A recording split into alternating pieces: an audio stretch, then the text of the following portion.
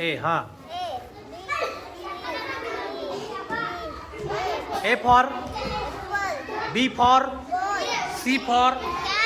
D for D D हा English मध्ये काय म्हणतात हा इंग्लिश मध्ये काय म्हणतात त्याला D for dog very good E for हा एलिफंट म्हणजे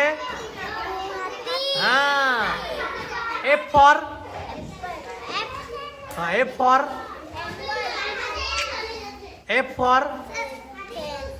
हा काय एफ एफ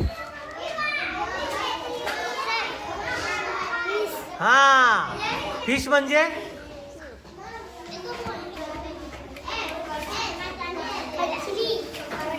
फिश म्हणजे हा एफ फॉर